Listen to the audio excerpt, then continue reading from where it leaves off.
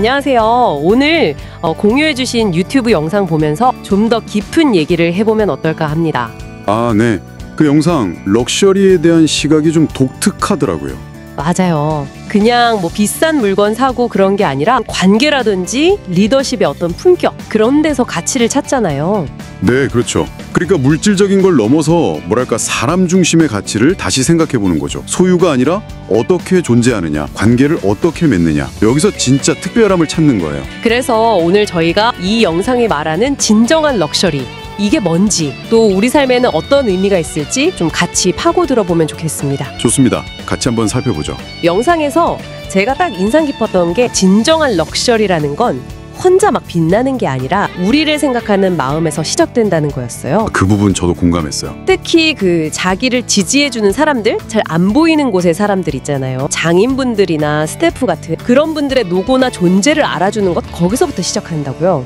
네, 맞아요. 아무리 뭐 좋은 소재, 비싼 디자인이 있어도 그걸 실제로 이렇게 손으로 만들어내는 사람들, 그 섬세한 노력이 없으면 사실 빛을 볼 수 없다는 비유가 나오잖아요. 그렇죠. 결국 럭셔리라는 게 혼자 잘나서 되는 게 아니고 여러 사람의 기여가 모여서 만들어지는 결과물이다, 뭐 이런 통찰인 거죠. 아, 그러네요. 이 관점을 그럼 리더십으로 한번 가져와 보면 리더의 역할이 좀 다르게 보이는데요. 어떻게 달라 보이나요? 그냥 뭐 성과만 내는 게 아니라 팀 전체 분위기, 특히 좀 이렇게 기운이 처져 있는 사람을 딱 알아보고 좀 북돋아주고, 그런 역할이 중요해지는 것 같아요. 정확합니다. 여기서 중요한 건 근데 그냥 뭐 물질적인 거, 예를 들어 밥 한 번 사주고 이런 걸 넘어선다는 거예요. 아, 밥 사주는 거 말고요? 영상에서도 말로써 영혼을 풍성하게 한다, 이런 표현을 쓰거든요. 아, 네네. 그러니까 오늘 옷 되게 멋지네요 라든지 이런 진심 어린 칭찬 한마디가 오히려 상대방 자존감을 세워주고 관계 자체를 더 좋게 만든다는 거죠. 그 사람의 가능성을 딱 알아봐주는 거. 와, 말이 가진 힘이 크네요, 정말. 근데요, 다른 사람 상태를 이렇게 제대로 보고 도우려면 리더 본인의 마음 상태가 먼저 좀 안정돼야 하지 않을까요? 아, 그거 아주 중요한 지적이에요. 영상에서도 리더가 언밸런스 상태며 다른 사람을 제대로 볼 수가 없다고 하잖아요. 네, 맞아요.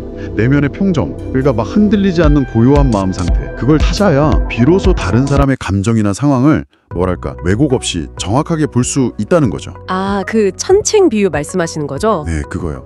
딱 그 균형 잡힌 시각이 있어야 지금 누가 힘든지, 누가 너무 혼자 앞서 나가는지 이런 걸 파악하고 조율하면서 전세 조화를 만들 수 있다는 거예요.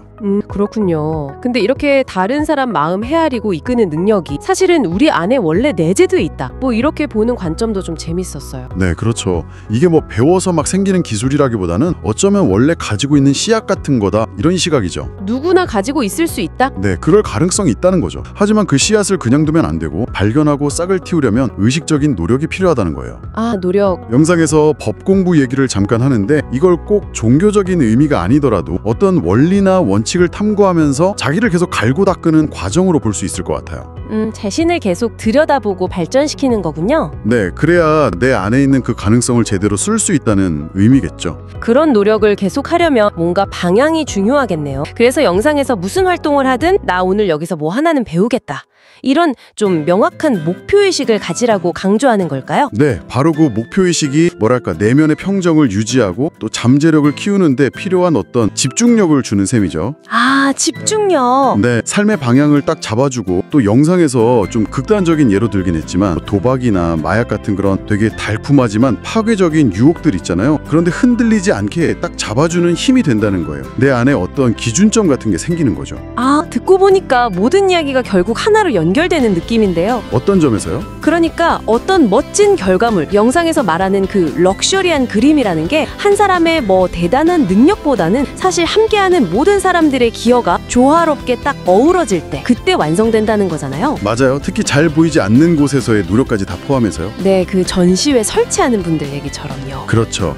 그 화려한 전시장 조명 뒤에 와이어 하나하나 엄청 세심하게 설치했을 그 스태프들 노고를 생각하면 그 결과가 훨씬 더 의미 있게 다가오는 거죠. 맞아요. 결국 이런 서로 존중하고 조화를 이루는 마음, 이게 이렇게 퍼져나가면 우리 사회 전체가 좀 더 풍요로워지고 진짜 럭셔리해질 수 있지 않을까, 뭐 이런 희망을 얘기하는 것 같아요. 네, 오늘 저희가 럭셔리라는 단어를 다시 생각해 보면서 이게 단순한 물질적인 걸 넘어서 다른 사람에 대한 존중, 배려, 그리고 리더의 어떤 균형 잡힌 내면, 보이지 않는 기여까지 알아주는 함께 성장하는 태도, 여기에 진짜 의미가 있다는 걸 좀 깊이 얘기 나눠봤네요. 네, 모든 게 다 연결되어 있고 그 연결의 가치를 아는 게 진짜 품격이다, 이런 메시지가 남는 맞는 것 같습니다.